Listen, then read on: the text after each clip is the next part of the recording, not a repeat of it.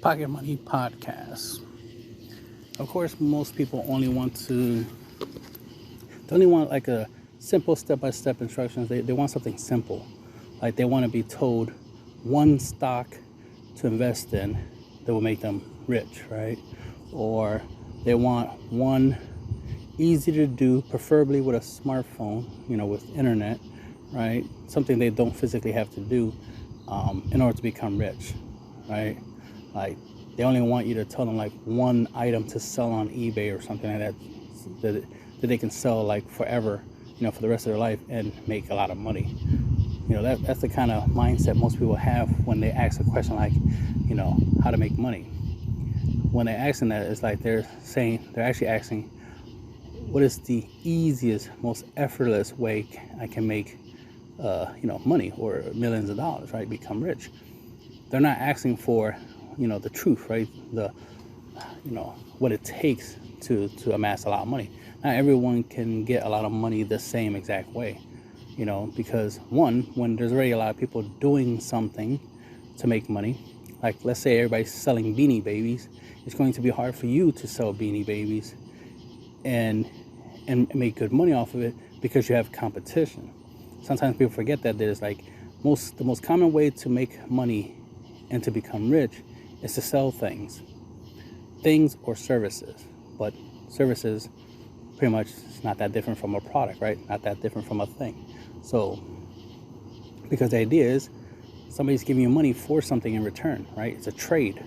You're trading a service or a product for for money. So that becomes problematic when everybody's trading. If everybody's trading, then it'd be hard for you to trade because somebody's already trading. Somebody's in your way. Somebody's is trying to convince the person you want to trade with them instead. So that's the competition. That's the whole point. People who have money, they have options. They get to choose who they're going to give their money to.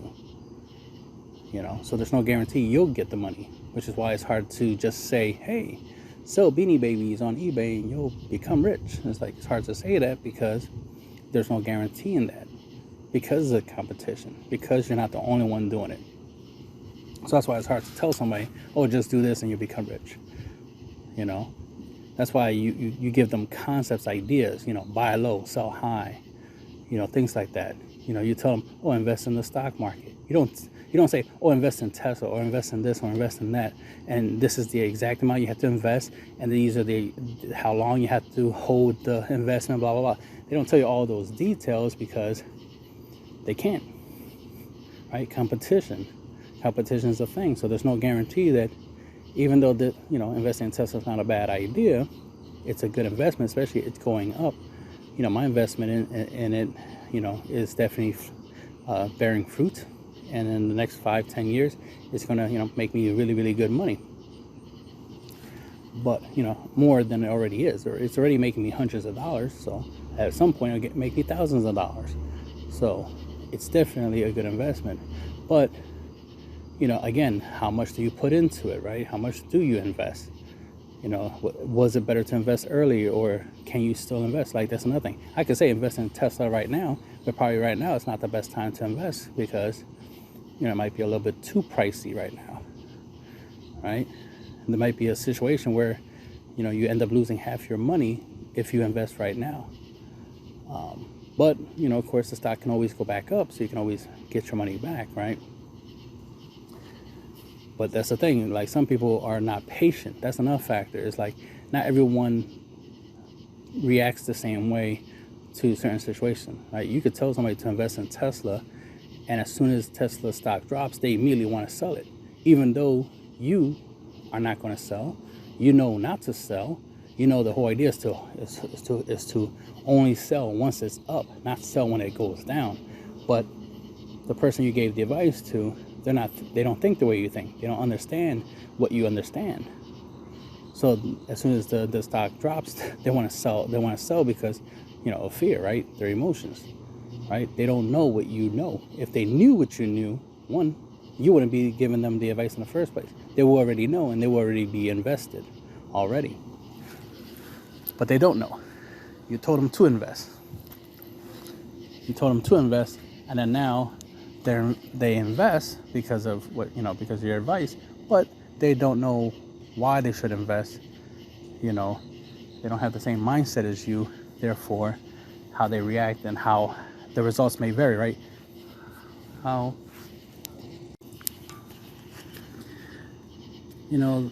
there's that's the thing. You gotta remember that results may vary because people do things differently. Even though for you the advice was good, the investment was good, it could turn out bad, right? It could turn out to be a bad investment. Anything is possible. So that's the thing. It's like you got to expect the unexpected, right? Plan for the worst. Always plan for the worst, but hope for the best, right? That's a life lesson you should. That's a philosophy you should live your life on. Your life is based off of that premise. Plan for the worst, but hope for the best, right? That's the reason why you buy food for like a month instead of just buying food for one meal one day. You buy food for a month because you never know, right? So you plan for the worst. Worst case scenario is you lose your job. Suddenly your money's worth nothing, so you can't buy anything with it. But at least you still have a month's worth of food, so at least you can eat for a month while you try to figure out why your money is worth nothing and why you lost your job and all that. All those other factors, right? Of like what's going on, that kind of stuff. So it's planning for the worst but hoping for the best. Best case scenario is nothing bad happens, right? But if it can happen, it will happen, right? So if bad things can happen, so then they would happen, you should definitely prepare for them. A lot of people like to think that, oh no, a terrorist attack wouldn't happen, or no one would steal from me, I'm a good person, blah blah blah. But it's like, but there's no guarantee. Just because you have a wishful thinking, of bad things not happening to you, doesn't guarantee that bad things won't happen to you. So you gotta make sure that you are ready for when bad things does happen. So expect, plan for the worst but hope for the best. Just like it's better to have and not need than to need and not have, right? So you need to have certain things, in your life in case you need them, right? It's a good idea to save gallons of water because you never know when you might need it. Even though you have access to water on a daily basis, you never know when you might not. You never know when that water might be contaminated, right? So you might want to have a reliable, clean supply of water for that, in case that situation happens, right? Just like it's a good idea to have food, saved up for months in advance. Having money, well, you want your money more invested in stuff that if you ever need the money, you could always easily take it out, right? You want to invest your money, but you also want to make sure you can easily take your money out for emergencies. You definitely want to make sure that your money is doing something, right? Money is a resource. It's a tool like any other tool. It's just like a hammer. There's no point in buying a hammer and never use it, right? And if you're not going to use it as much, at least don't prevent other people from not, from using it, right?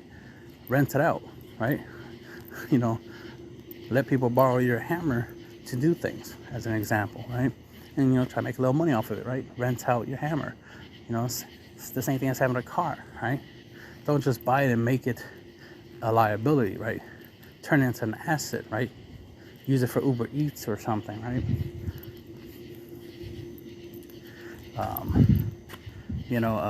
If you have land or like a lot or something, or you have extra space in your home, try to make money off of it.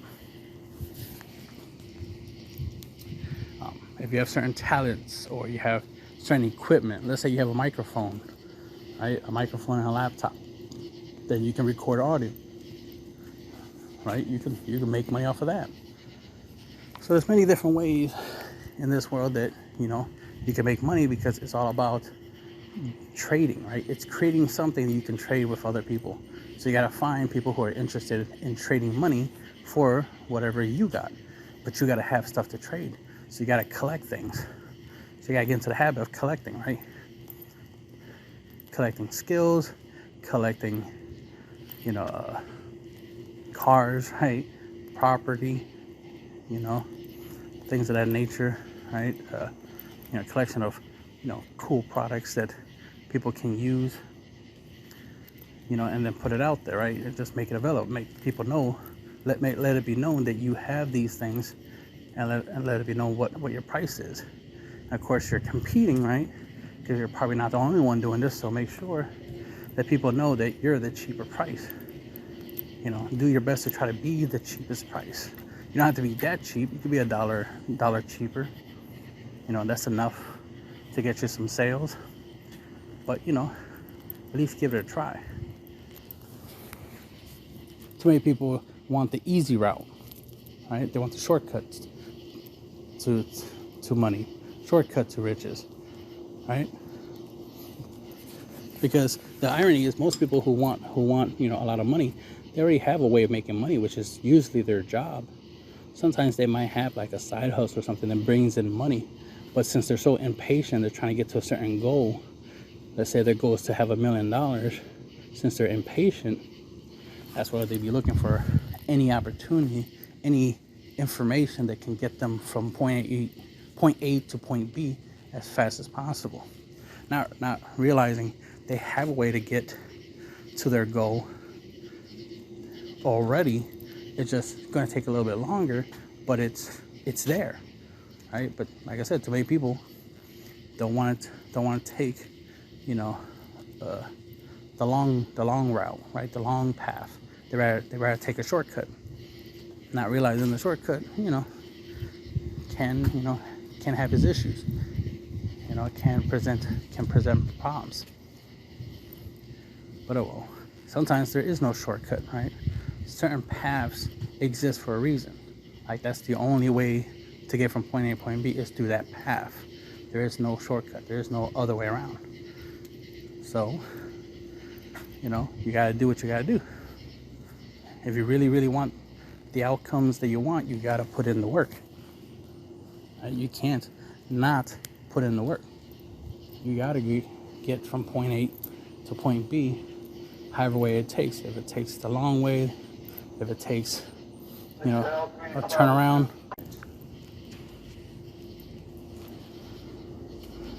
So look for the path look for many paths. Don't limit yourself to just one path, right? Don't limit yourself, to just one goal. There's more ways than one to reach any goal you have. And, obviously money is one goal people have. For me personally, the ultimate goal should be to not need money at all, right? To be at the point where you need less stuff, you want less stuff, right? You want to get to the point where you don't need anything more than what you already have. You want to get to a point where you have everything you need, where you have everything you want, right? And one of the easiest ways to make sure you have everything you need and everything you want is to want and need less stuff. It's one of the easiest ways, because that means your trip is shorter, right? It's easier to reduce, what you want and what you need than it is to try to get all the stuff you want and all the stuff you need, right? So by needing less stuff, that's a much easier, shorter path than to try to get everything you need or everything you want. So another way is just focus on everything you need and drastically reduce the things you want. That's another path. That's another way of going about things. So that way, all your time and effort is put just into what you need instead of into what you want. That way, you get all the stuff that you need, right? That way, you can get all the stuff you need within a short period of time, and then that's it. And then after that, hopefully, you have leftover, which is the idea. To have leftover stuff, like leftover money, for example, to put towards the stuff you want. And since you want very little things, it's not going to be that hard for you to get everything you want, because your list is so small. Because a lot of times I do that, like I'll do a shopping list, I'd be like, oh yeah, I want all these, I want all this stuff. It's like there'll be like 20 things on my shopping list. But then when I look at it after, I write it down, I start looking into like, but do I really need a lot of this stuff? Like this here, I don't need. I just thought of it and I wrote it down, but I really don't need it. It's not something I have to have. It's just something that I thought about. Let's say, a box of donuts or something. It's like, I don't need the box of donuts. I just thought about like, oh shit, I haven't had donuts in a while, and I got money, so might as well add it to my shopping list, and buy some donuts. But I don't need it though. That's the thing. I don't need it. It's not a necessity. Not something I must have. It's just something that I thought of like, hey, I could afford it. I could get it. But why do that? Why waste money on a whim, right? Why waste money on just a nostalgic random thought? Just because I, haven't had donuts in a long time doesn't mean I have to have it, right? It's not a need. So I don't need the donuts, so I can take it off my list, right? Let's say I don't need a Rolex, right? Well, take that off the list, right? Especially if I already have one, I don't necessarily need a second one, right? So take it off the list, and so forth and so forth. So you want to make sure you have a habit of doing that, is write down what you want, what you need, put them together. Just write a list of a whole bunch of the stuff that you want, that you need and want, and then start going through it. Really, really go through it, really, really think about it. Like, do I really need it? Because you got to be able to justify, why it's on the list. And you'll find out that a lot of, 50% of what you wrote down, you can't justify. Like, you really can't just, legitimately justify having those things or getting those things. Sometimes I'll look in my room and I see that I have a lot of stuff. And that stuff is just there. It's like, the stuff is cool. I like the stuff that I have, but some of the stuff is literally just stuff. Like, it's just like, yeah, that's just there. It's taking up space. I'm not using it. I'm not doing much with it. Could I use it in the near future? Yeah, I could use it. It could be useful, but I really don't need it, right? It's not something, since I don't use it a lot, it's pointless for it to be there. It's just going to take up space. So when I initially bought it, it was probably just on a whim. I just probably had a random thought of like, I could use this, or, this is something different. This is something I don't have, so I might as well grab it so I can have it. But after I got it, it's like, well, no longer important, right? Because the whole idea was just to have it. It actually served no other purpose other than me owning it.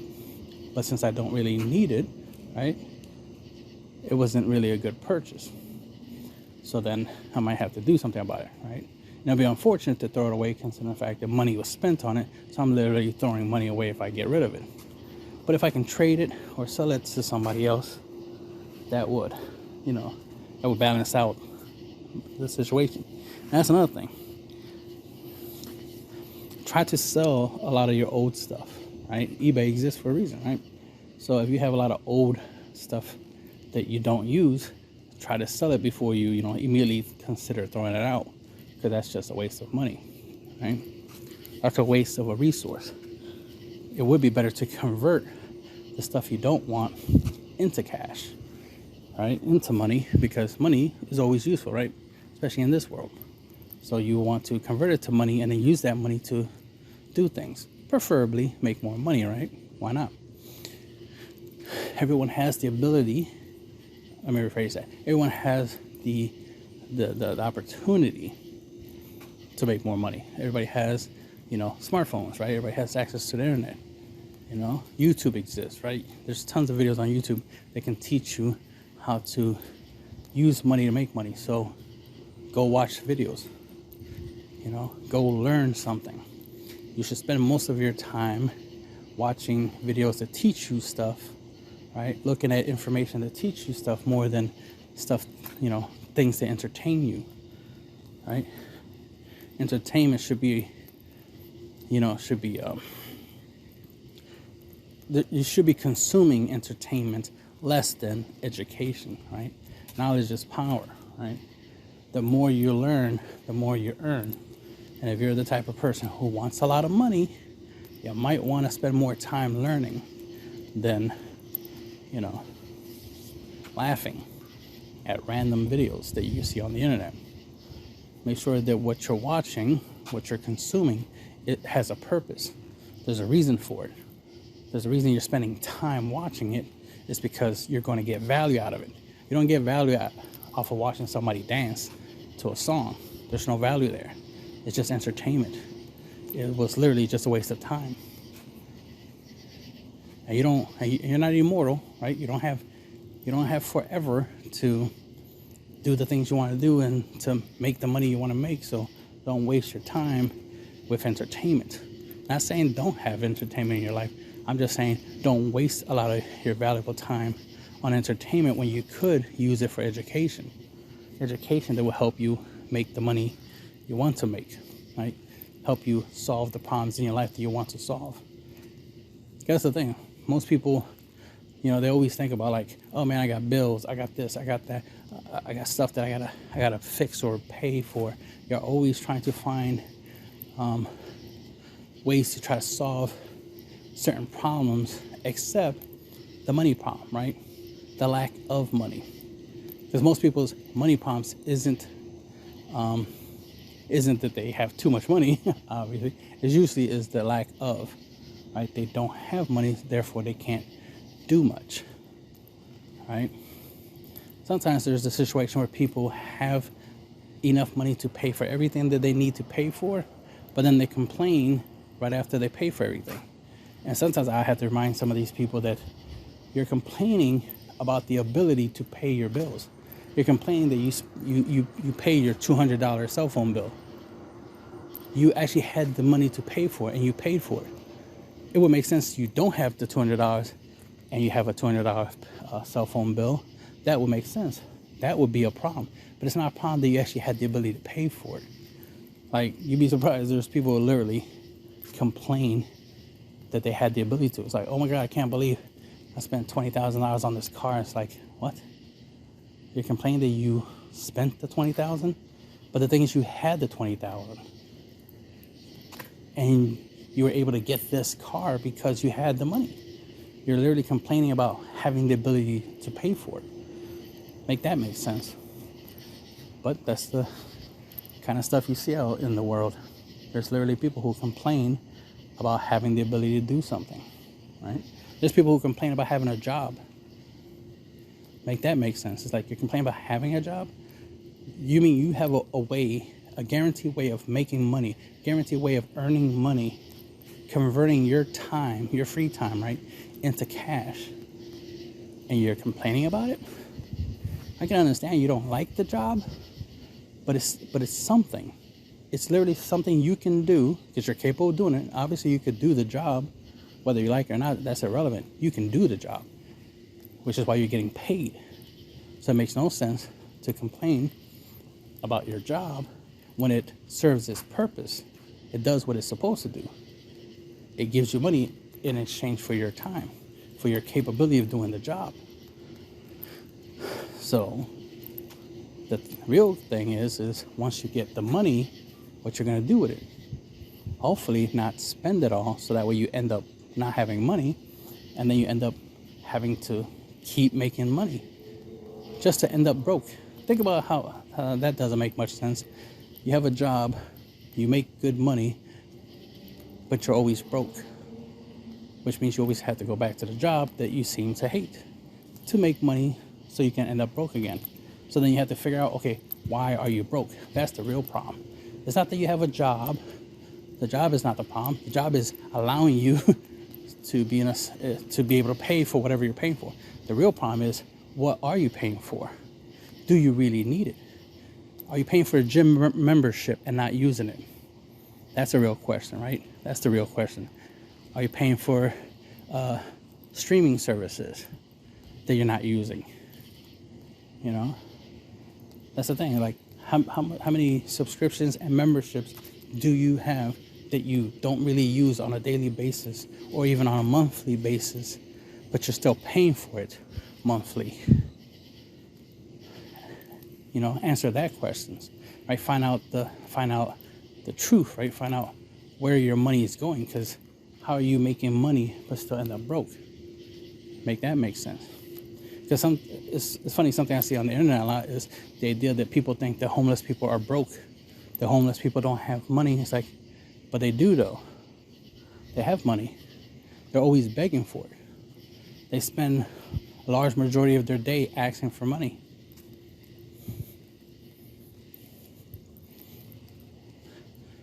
Most of these people already ate breakfast before they came over and started asking you for money.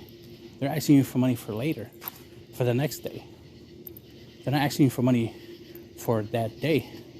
It's not like they haven't eaten breakfast yet and they're asking you for money so they can go get breakfast. Even if they say that that's what they're doing, even if they say, I haven't eaten breakfast or I haven't eaten all day, you know, can you spare $1 so I can get something to eat?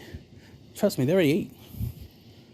It takes energy, right? It takes energy to move. It takes energy just to even speak to somebody, just to walk up to somebody and ask them for money, right? And potentially get rejected, right? Potentially get told no. I mean, God forbid, you know, they get assaulted, right? That'd be fucked up. But the point is like, it takes energy to move and walk, and so clearly they made sure they ate before they moved around. So I'm not saying, oh, because they ate, you shouldn't help them out and give them money. I'm not saying that. I'm just saying, logically, they're not as dumb as you like to think they are. Just because they're homeless does not mean they're broke or dumb. It just means they don't have a house. They're homeless. The streets is their home, right? Being out in the streets is their home, right? So trust me, they're making sure they eat, right? There's some things they're not doing, right? It's obvious. You can smell what they're not doing, but they're eating. Plus, it'll be hard for them to smell, to have body odor, if they're not eating, right? If they're not staying hydrated, right? I've seen a couple homeless people. I still see them a lot. And ever since I started this job that I'm doing now, and I've been doing this job for like going on to 5 years now, I still see them. Still asking for money. 5 years, still asking for money. So, trust me, when it comes to money, that's not their issue. And the same goes for somebody who, you know, has a job, right? Who has a job. We all, you know, the thing is it's what you do with the money that, you know, that's the important part. That's the thing that some people are not good at. Some people are not good with money. They think they are good with money because they get money and they spend it, so they think they're good. They know how to use money. It's like, no, you don't understand. Money is more than just, you know, earn it and then spend it. There's more to money than that. You know, money is a tool and it can be used to do a lot of things. More, not just spend, right? Clearly, money is a good motivator for most people in society. You can offer money to get people motivated to do something that's more important than money. You know, I could pay somebody $10 to solve a problem. I give them a problem, like, hey, there's this problem in the world, and try and come up with a solution. Offer them $10 to help me, you know, solve the problem, right? And let's say they succeed in helping me solve the problem. But the problem is so much bigger, it's so much more valuable, right? It's priceless. Let's say the solution to the problem is priceless. Okay, but I paid $10 for it, for the solution, right? So I got way more out of it than what I put into it. So, you know, even though the money wasn't a lot, it did a lot, right?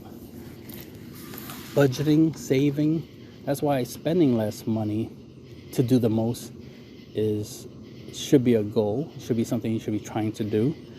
you know. That's why being patient matters. That's why as soon as you get money, don't immediately spend it. You know, immediately put it away, save it, right? Save it until you're ready to, you know, to do stuff with it. Ideally, to invest it, right? You want to use the money wisely. So as soon as you get the money, don't spend it. This is something I notice I see a lot. Financial gurus, they tend to give this advice that as soon as money comes in, don't spend it. Wait 24 hours before you make any decisions when it comes to spending. Like as soon as you get the money, go to sleep on it, right? Go to sleep, wake up the next day nice and fresh, right? Go get your breakfast, this and that, right? Get dressed and whatnot, and then go about your day, and then during the course of that day, you could think about what you're going to do with the money, right? You might notice you have some bills you got to take care of and this, that, right? And obviously you want to take care of your responsibilities like bills and stuff before you take care of your wants.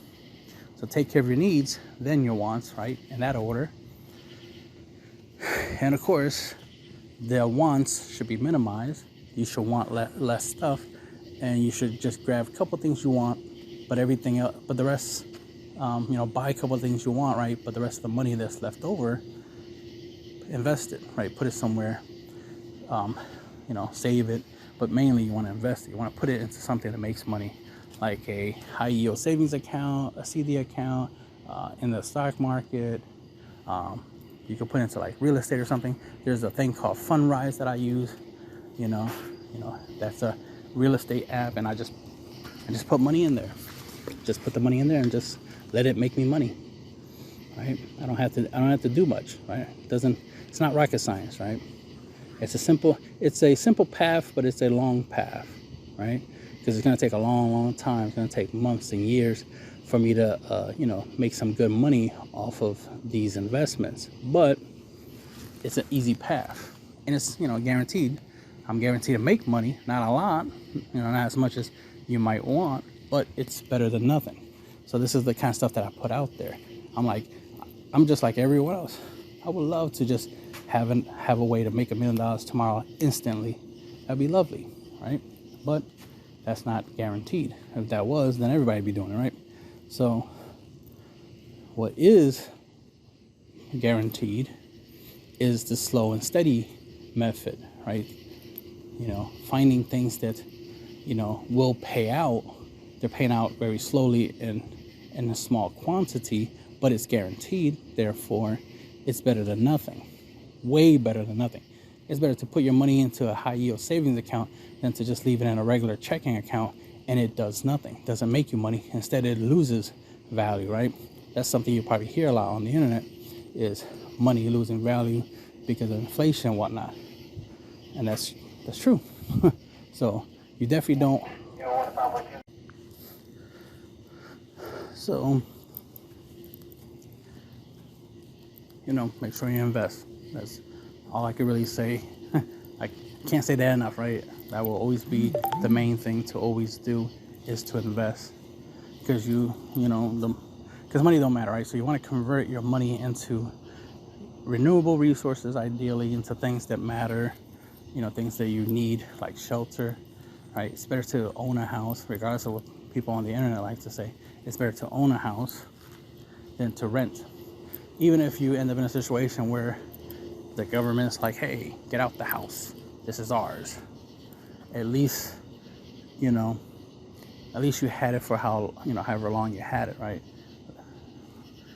It's better to have it than to not, because you might be in a situation where you might need to give it away. I mean, God forbid you die, right? But if you do, at least, if you have next of kin and whatnot that can receive the house, then that's what you want to do. You rather they benefit from it, right? They get it, as opposed to it just going back to the government, right? Or somebody else coming in and taking it. You better make sure that the people you care about are the ones that benefit from it. Just like, it's not enough to you save money for you to invest. Make sure the people around you save money and invest, right? If you have a significant other or you have kids or something like that, right? Or just family members or friends, you know, getting them into the habit of saving money is a good idea, obviously, because then that means all of y'all have money, right? Because y'all saving, so y'all all have money, which means y'all can put the money together and to do big things. Like, you don't individually have to have $10,000. You can have, like, let's say $2,000, and all you need is 4 other people to have $2,000. Y'all put that together, and then now y'all together have $10,000, and y'all put it towards something beneficial, right? Something where y'all can all, ideally make money from. So let's say you find a really good, real estate property for $10,000, right? As an example, and you can you can definitely use it to make, let's say, $30,000 off that investment. Then you, with your $2,000 and the 4 other people with their $2,000 investments, right? Put the money together to get the $10,000 property, right? Use it to make the 30 grand, and then now split it up, 5 ways, right? So everybody gets their profit. That way, everybody gets their initial $2,000 investment, right? Plus interest, right? Depending on how y'all arrange the deal. And you can rinse and repeat, right? Put $10,000 back together, right? Put it into something else. Tons of people on this planet already do that, right? Not everybody by themselves, does things by themselves to become successful or rich. They do have help. If you truly look at a lot of people who are successful, if you really, really look at it, they had help. A lot of the stories always tries to make it sound like the person did it all by themselves. They're self-made. No one helped them. They always try to say it that way. But in reality, when you look at their actual story of how they became successful, you see how many people literally was involved in their success. Even the people who choose to not be involved. Like, let's say, Bill Gates went to IBM and it's like, hey, I want your help with, starting my business, my Microsoft business. And then IBM's like, no, we don't want to help you. Ironically, even by not helping, right, by turning them down, that ironically helped them achieve their success.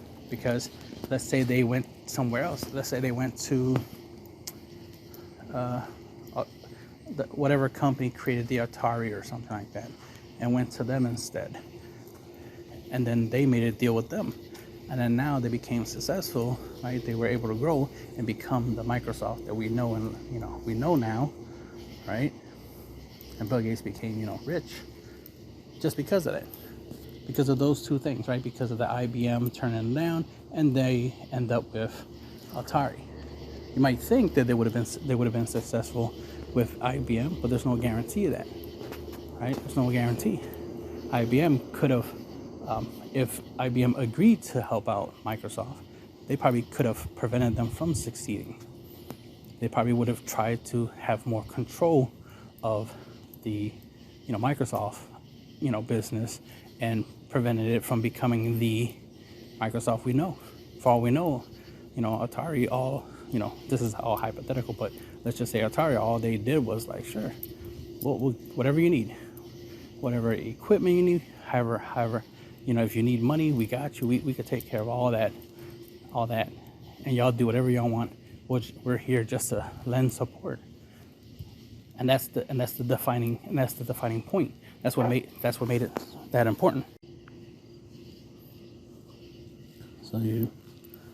So that's the thing. Is like, you're not gonna know until you know, right? Not gonna know. But the point is the idea is like, anything could have happened, and they could have went a different path. But the point is that they didn't do it by themselves. That's what I'm trying to say, right?